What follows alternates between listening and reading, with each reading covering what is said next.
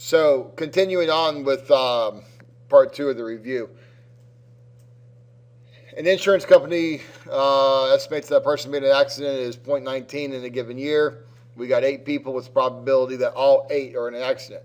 Now, understand that this is not asking you for some subset of the 8. This is all 8 getting the accident. So the probability that all 8 are going to be in an accident is 0.19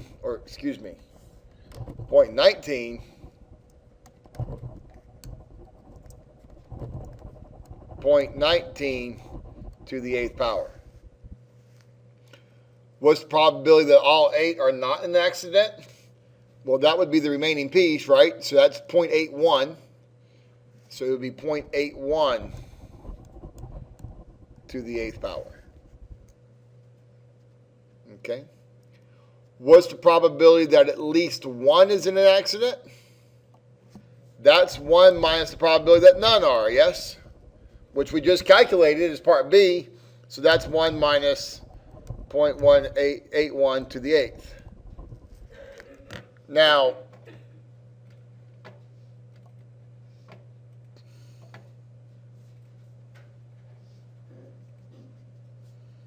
as you do this, there's a lot of questions like, how do I type this in? It's 0.81 raised to the 8th. That's this one, right? And then 1 minus that would be 1 minus the answer, or 0.814. 1 minus, I hit second and hit the answer key. And that'll bring up the previous answer. Okay.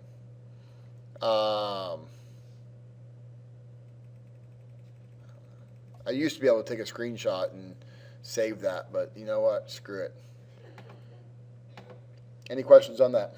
Quick question. Yeah. Even when it's none, you're still going to raise it to the power?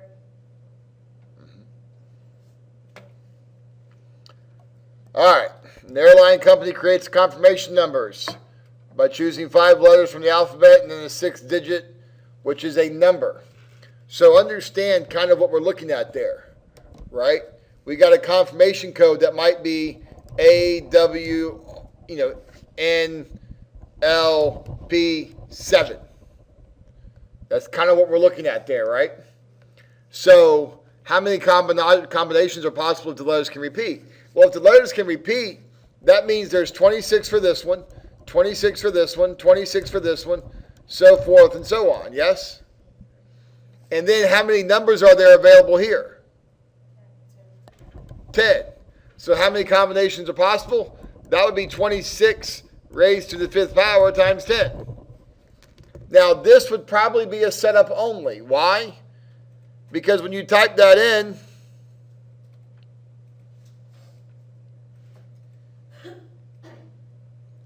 you get a really, really large number. And I really, for one, don't want to see you have to write that down. But you certainly could. Now, notice, I didn't say what's the probability of getting your exact confirmation number when you go to the kiosk and you have to type in your confirmation number. Hell, you ain't getting that, sucker. I mean, if you don't have the email, you don't walk up to the kiosk and go like this, oh, I think it was VX. No, you ain't getting it. And if you did, it's one in that number of chances. All right?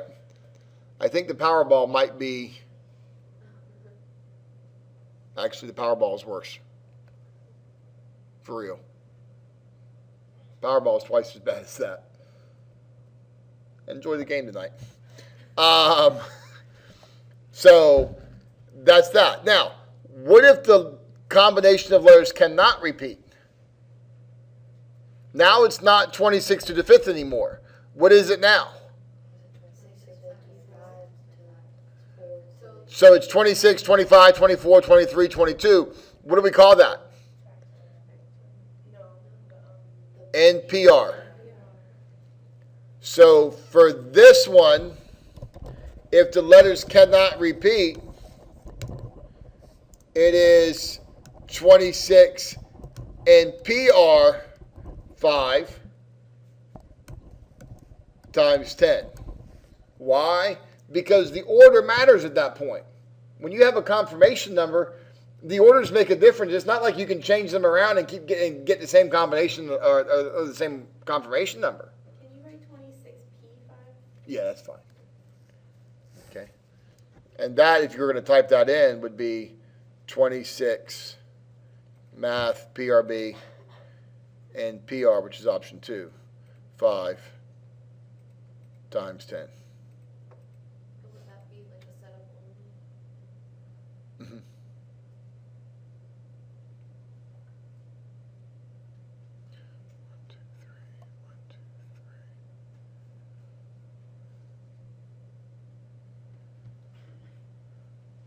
Does that make sense?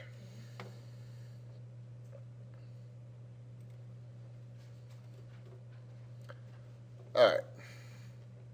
It is estimated that 68% of college students will dress up for Halloween this year. A class of 35 people, find the probability. What's the probability that all 35 people dress up? That's 0.68 raised to the 35th.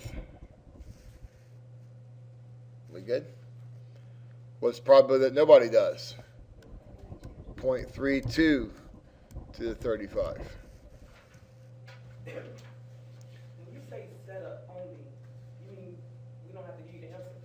Yeah, so if you type in 0.68 to the 35, that's going to be a relatively small fraction, decimal. 1.37 e to the negative 6. That means you got to move the decimal point 6 places left. Okay?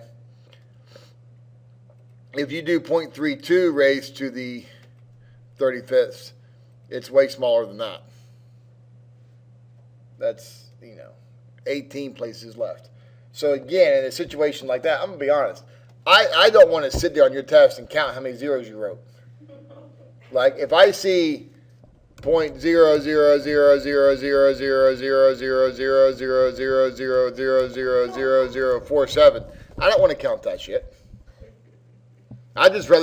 0.0000000000000000000000000000000000000000000000000000000000000000000000000000000000000000000000000000000000000000000000000000000000000000000000000000000000000000000000000000000000000000000000000000000000000000000000000000000000000000000000000000000000000000000000000000000000000000000000000000000000000000000000000000000000000000000000000000000000000000000000000000000000000000000000000000000000000000000000000000000000000000000000000000000000000000000000000000000000000000000000000000000000000000000000000000000000000000000000000000000000000000000000000000000000000000000000000000000000000000000000000000000000000000000000000000000000000000000000000000000000000000000000000000000 Because here's my problem. If you're supposed to have 17 zeros and you have 15, well, then you're off by a factor of 100. Right? But is it really that big of a deal? No, hell, maybe you didn't write down the right number of zeros either. For that, it would be set up only. Yeah, and it will say it, like right in front of it, it'll say set up only. Okay? Like I did it for this one. Okay? Exactly 20 dress up. 35 choose 20. Uh-oh, lost my microphone holder. 35 choose 20. 0.68 to the 20. 0.32 to the 15.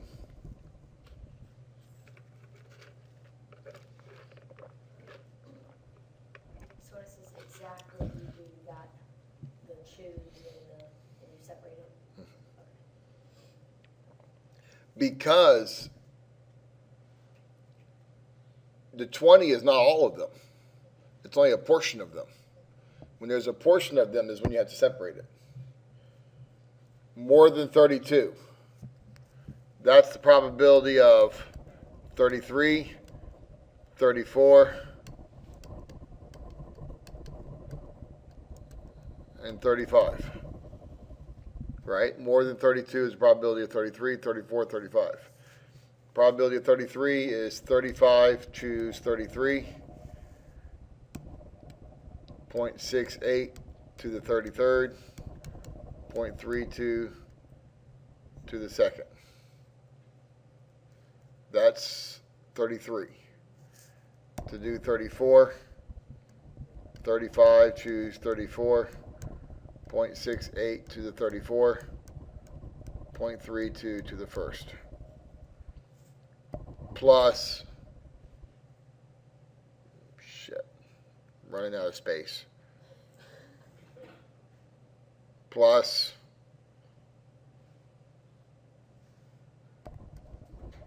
number 19. Add that right here. Does that make sense? You got to do 33. You gotta do 34, and then you gotta come back with this one for 35. Okay? So you add all those together. Yes. But I would not expect you to do that on the test. On the test, those problems are always, just give me 1 second. Let me restate the question for the people watching at home. The question was, on a test, are you expected to add all those together yourself on a calculator? And no, the answer is no, not to that. For those problems, it's always set up only. Okay? All right, find the mean number of students who will dress up. That is 0.68 times 35. So that's 35 times 0.68. 2, 4, 5,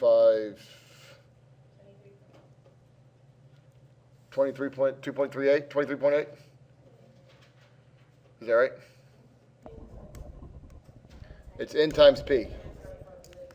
So it's 35 times 0.68. 35 times 0.68. Right? Now to do the standard deviation, it's 35 times 0.68 times 0.32.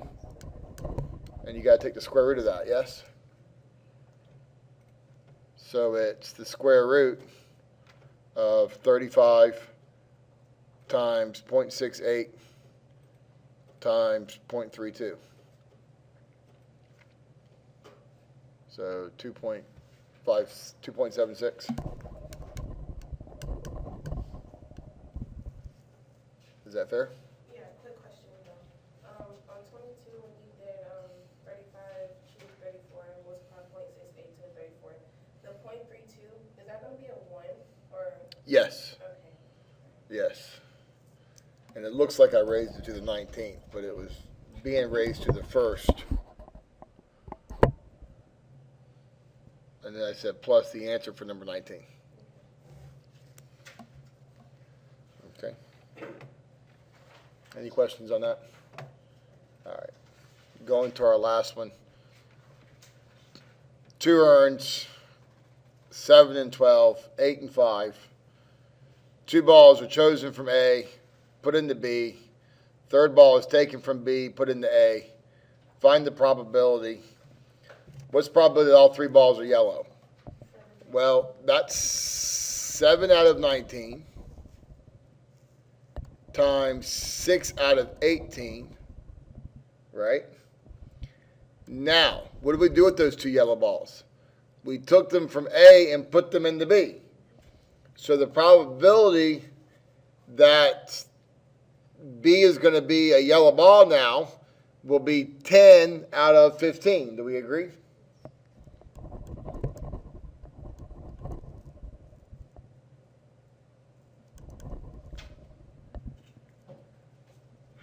Which is 70 out of 19 times 15, 45, 23, 85. 895, I think. I got it. 14 over 171. Wait, A. So we got 7 over 19 times 6 over 18 times 10. Oh,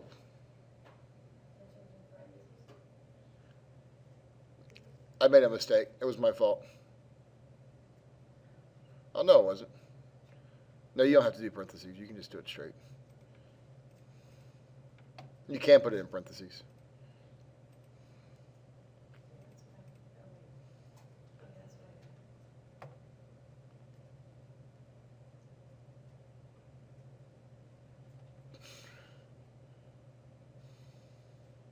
Well, how did you get it to do this fraction? I hit math fraction. okay, I'm getting confused. Where'd you get the 6 over 18? Just like that. It's 14 over 171. I made a mistake. I apologize. But let's get to the question that you had. What was the question that you had? How did you get 6 over 18? Let's see. We took 2 balls out of A and put them into B, yes?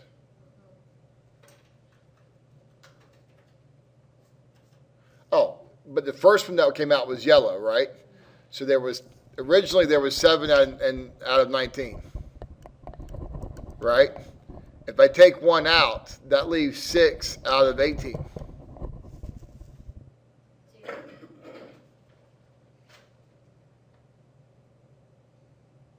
Because you took a yellow ball out.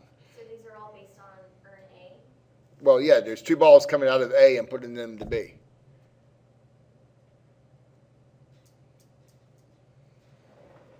Okay.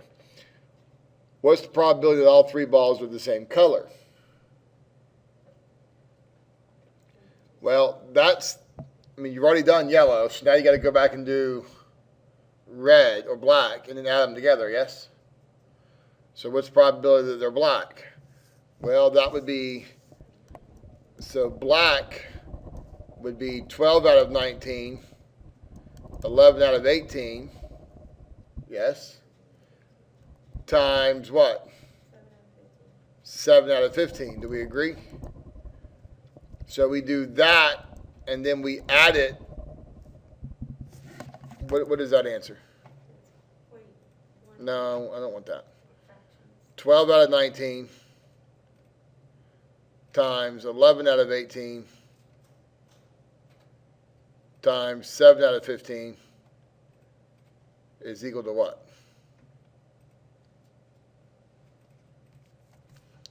$154 out of $855. So do you prefer fractions because they're more precise? I prefer fractions because I wrote it as fractions here.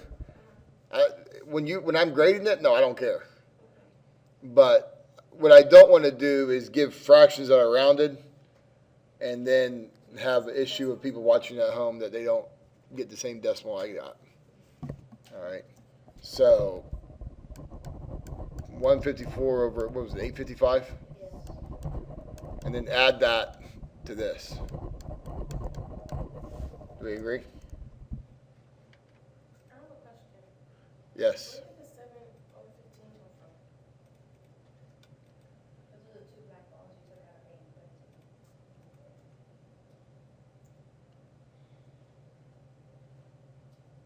Give me 1 second, I'll answer. I heard the answer and then I'm not sure I heard the question, so let me answer the question. 224 over 855 is your final answer. 224 over 855 is your final answer. Okay. What was your question, honey? How did you get the 7 over black times 7 over 15? Good question. How did I get the 7 over 15 for the end? So if 2 balls came out of A and both of those balls were black, right, which is what the question has to be for all 3 of them to be black. So the first one comes out is 12 out of 19. That's a chance you get a black one. Then the next one's 11 out of 18. That's a black one, right? But now, where did those 2 balls go? And this is the issue. Because sometimes I tell you we're going to put them on the table. Sometimes I'm going to tell you we're going to throw them in a trash can. Sometimes I tell you we're going to put them in another urn. In this case, those 2 balls were taken from A and they were placed into B. So those 2 black balls went in here. Now, originally there was 8 and 5, yes? So if I add 2 more black ones, that takes this number to 7. And now there's 7 out of 15 being black. Okay? All right, what's the probability that at least one's different? Well, that's 1 minus probability they're the same. Do we agree? So that's 1 minus whatever that is, 224 over 855. So it's 1 minus that. 1 minus that answer, which is 631 over 855. Okay. Now, what's the probability that B ends up with an equal number of black and yellow balls? Well, in order for that to happen, what has to occur? We got to go 2 black balls into B, and that'll take it up to 7, right?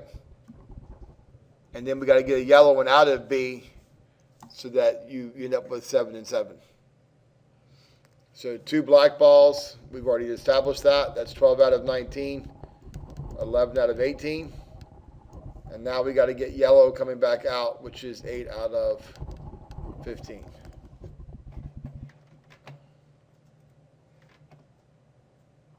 So we got 12 out of 19, 11 out of 18, 8 out of 15. Math frac. 176 out of 855. Again, decimals for all of these are fine. Okay, again, really, what I want to see is I want to see what you're multiplying. After that, I almost don't even care about the decimal too much. Does that make sense? I just want to know that you figured out how it's supposed to work. All right. With that being said, we're going to stop there. That concludes part 2 of the answers.